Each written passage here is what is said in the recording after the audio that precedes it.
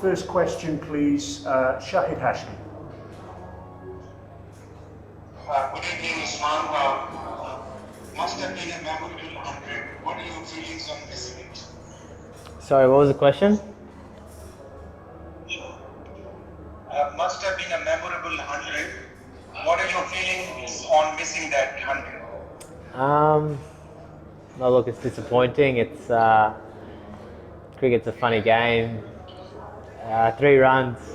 You bat so well for 97, and then you get out, you don't get 100. You come back in the change room, it probably feels worse than getting a 20 in some respect. It's a bizarre feeling.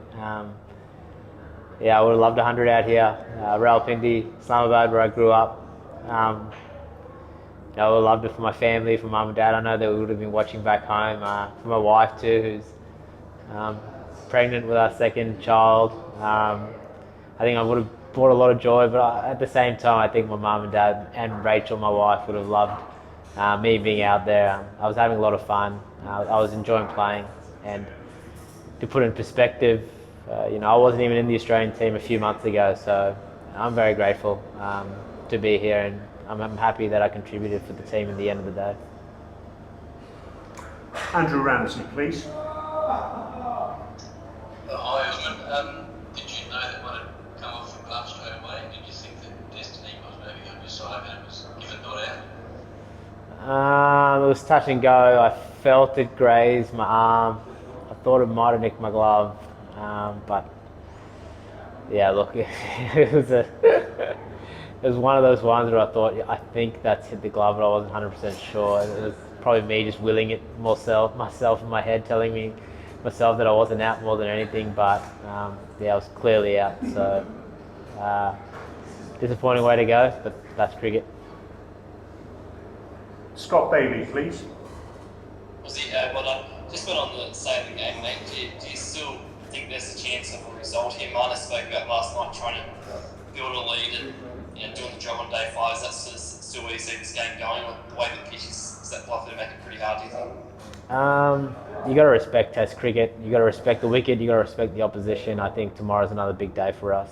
If we can bat well and keep scoring runs and give ourselves an opportunity, maybe. But if you get too far ahead of yourself, especially in the subcontinent where there's a bit of purchase from the spinners and whatnot, things can happen very quickly, and then you're back out on the field. So I wouldn't like to be looking too far ahead. We're still 200 runs or so behind them. There's a long way to go in this game yet, so I think we need to bat well tomorrow to have options. That'll be the first and foremost. Nick, please.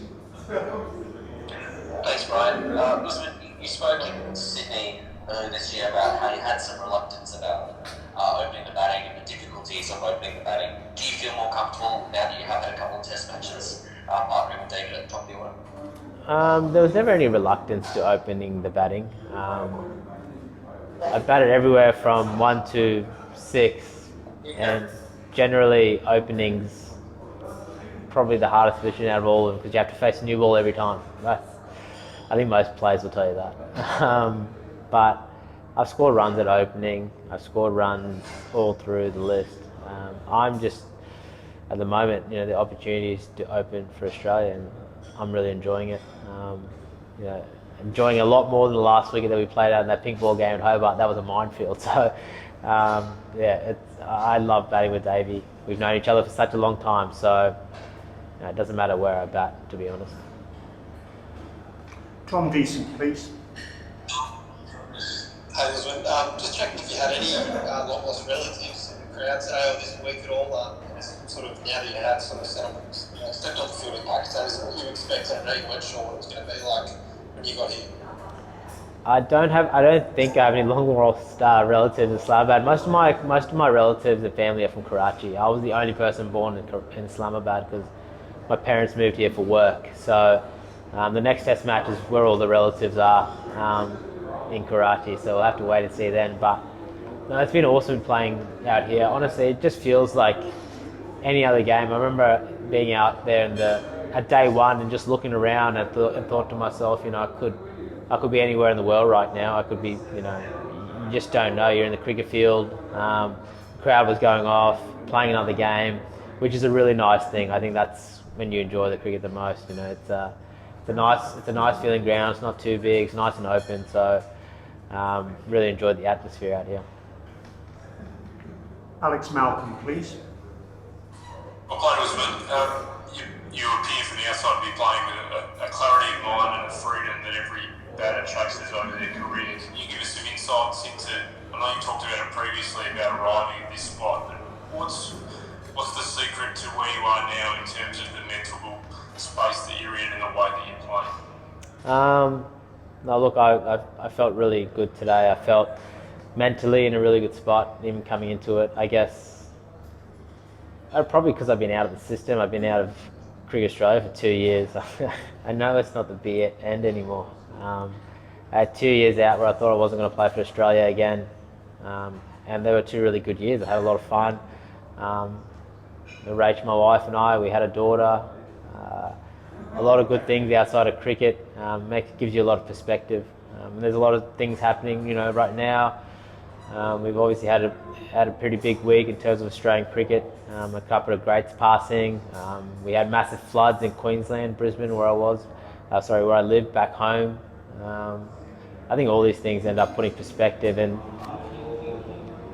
I guess now also I know that it doesn't really bother me as much of what people say and what people do. I've been in and out of teams so much. I've been dropped. I just play the way I want to play. I just think of it as I'm playing club cricket or shield cricket back home, and that's how I take it for Australia now. I don't think that'll change until I stop playing. I think I'm quite happy and content with where I am in life and cricket, and I've learned a lot from this game and I respect it, so I'm just going to enjoy it now. We've got time for 3 more questions. Avani Das, Adris Malik and Zahid Farouk Malik, please. So Avani, please. Hey Usman, you just mentioned, you know, the passing of those players over the last couple of days. There's obviously been the bombing nearby as well. Can you reflect on what it's been like on the 3rd day after Warnie's death and how the team's feeling and how you're feeling about all those sort of tragedies that have happened? Look, I'm not trying to sound too insensitive. We obviously all wearing back armbands. It's lots happened this week. But at the end of the day, we're still playing Test cricket, and a minor focus is on this match. It gets really tough because you're literally just out there playing. You come home, you eat some food, you wake up in the morning again, you're out there playing again. I think the boys are very professional. Can separate what's going on the outside and what's happening while we're actually playing the game. Try not to play on emotion. So, everyone deals with it differently. I can only speak for myself. So, I guess that's how I'm feeling. Just focusing on the game ahead and not looking into too much of what's happening around us, because still a test match to be played at the moment. Adris Malik, please. Thank you, man. Hi, Usman. What do you say about the wicket behavior? Like, it will help tomorrow for the bowlers that they can easily get the Australian, or still it's consistent and constant for you? I mean, the wicket's definitely degrading. It's slowly getting worse. I can see cracks out there now, but it's hard to know what it'll be like the next 2 days. I think weather dependent too. I think there's a little bit of rain forecasted tonight and a little bit tomorrow, so it'll just depend on how that plays out. It's still a good wicket, but I think it is slowly starting to degrade. So I don't know how much it'll degrade from here on in. There's cracks, there's a little bit of spin. I'm not a Rawalpindi specialist, so I'll leave that up to the experts. But I think it's still a good wicket, which it will keep degrading over the next 2 days. Zahid Farouk Malik, please. What do you feel about the behavior of the Sachin as well going to do? And what are your experience of to play in your hometown? The spectators here have been great. They've been really welcoming. We've been going to the boundary fielding and they've been chanting our names. You know, Davey's been going out there, they've been chanting Warner, they were chanting my name. Day 1, day 2, I'm going out, I was just joking around with them, just waving and playing with the crowd. The crowd has been great. Even Davey today while we were batting said how welcoming the crowd was. He went out before we went back out there after lunch, and they were, Davey, give us a wave, and Warner, we love you. So I think the reception here has been great. You can tell the Pakistani people they love their cricket. Obviously we knew that, but they've been very hospitable. So yeah, it's just been a really good vibe, and we've really enjoyed being out here. Just finally, Abdul Ghaffar, please. Thank you, Brian. Assalamualaikum. And hello, Usman. Definitely you scored brilliantly today. A very positive inning. Got out on 97 on your stadium, which actually very close to your heart. So must be a little bit of heartbreak, Usman, because you played very well and you deserved 100. So anything you want to say about want to add on that feeling when you got out on 97?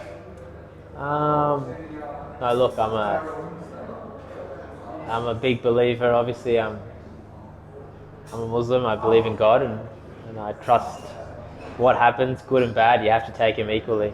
There's a lot of good things that have happened in my life, and then there's sometimes that you want certain things to go a certain way. They don't happen.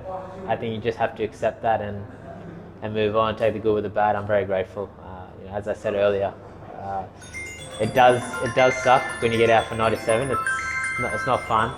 I think that's my third 97 Test cricket now. So, and I got one before already against Pakistan at the MCG. So it's not the ideal feeling, but as I said, I take the good with the bad. I always know there's a greater plan, and I believe there's a greater plan. So I just accept whatever comes. Whether I get a dark 97, 200, whatever's meant to be will be. So I'm pretty satisfied with anything that happens. I just try my best. Thank you very much, everyone. Thanks for your time this evening, and we'll speak to you again tomorrow. Thank you. Recording stopped. Thank you. Thanks.